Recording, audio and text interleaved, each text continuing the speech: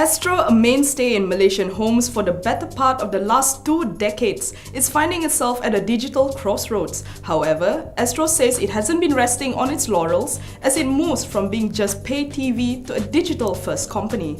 We talked to COO Liu Swee Lin about progress, pricing and evolution. Could you give us an update on Astro's digitalization journey thus far? So we started this journey end of 2016. And that entailed us doing a couple of things. One was to overhaul the operating model so that we'll be more competitive to compete with the pure play digital players. Secondly was to look at building new digital capabilities so that we had new sources of growth and monetization.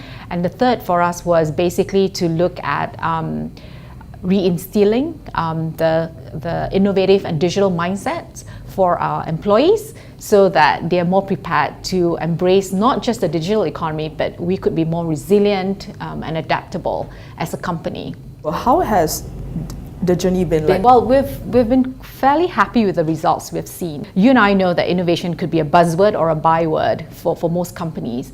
But for us, innovation, we take it very seriously at Astro. And the starting point for us was to work with Amazon to come up with the Certified Innovator Program. We call it CIP internally. And we've successfully certified over 1,000 people. So it's about 25% of our workforce with that program. And that hopefully, gotten people to appreciate what innovation is all about, how do we innovate, what the processes are, what the toolkits of innovation are. And we did that over a year, 1 year period. And similarly, we also introduced another program called the Certified Technology Program for the software engineers and the software architects and the developers that we have. Digitalization is something that's been reported for a long time. We talk about it, but what does this mean for the customers out there? So you probably know that we have a video streaming service that's enabled for our subscribers called Astro Go. Astro Go has been launched over 5 years now, and we've progressively actually improved the user experience. And one of the key things we've done since last year was to embed an element of deep machine learning in the video streaming service, where we started to understand the consumer behavior in terms of the click experience, the viewership behavior. And what that resulted in with the deployment of the DML, deep machine learning, was that we're able to surface content that the consumers like. We're able to improve the navigation experience for the customers. Because if you think about it, we have about 20,000 hours of video content to be discovered in Astro Go. So a lot of our consumers like that feature. And as a result, we've seen over 4.5 million downloads of our Astro Go app, which is about 40% improvement year on year. We've also seen a huge leap in terms of registered users. We now have 1.6 million registered users actively watching us every day. And if you look at the number of hours that they engage on Astro Go, has really moved up to about nearly 7 hours a week, which is a lot for each individual. With all these products and initiatives being rolled out, what does this mean in terms of pricing? Will we see changes? Will they be more expensive or cheaper? The good thing about the digital transformation journey is that it will see us being a leaner organization, right? Because suddenly what human couldn't do, we could automate using digital technology. What we had to do in the past in terms of the value chain of processing in operations is now collapsed because technology enables us to do so. So we are able to be more efficient, we're able to reduce friction, and all the superfluous processes will now be removed, right? So as a result, the cost to operate and the cost to serve will come down over time. And because we have scale, not only the cost per unit will come down, the economics of doing business will improve. And what that really means is that we'll see that passed down to the consumers. So speaking of Amazon, it's been almost a year since the agreement was signed. Are there any updates? What is good for us is that we are less reliant on the monolithic systems.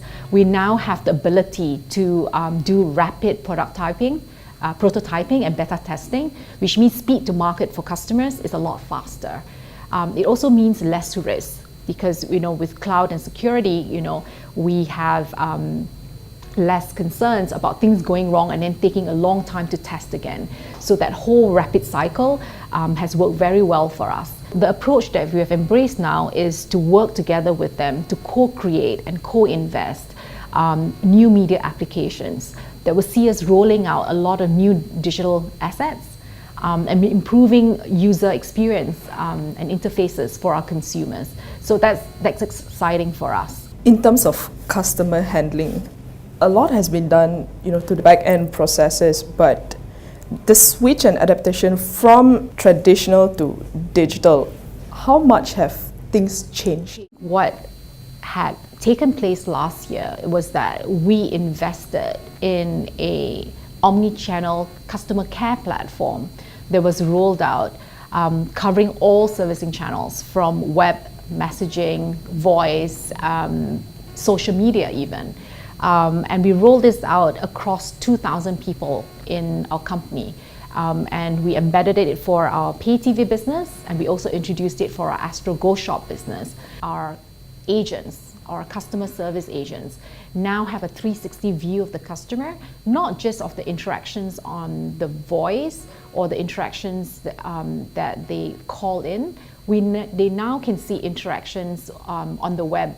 So they're able to service the customer a lot better, and there's a lot more real-time dynamics with customer intelligence. So we now know what promotion offers that can be tailored to the consumer. What is the biggest threat to the company, looking at the switch towards digital? For us, we know we don't want to stand still. If you're an incumbent and you're strong and you've been a market leader for so long, it's very easy to take that for granted and to think that all the traditional sources of competitive advantage will be here to stay forever.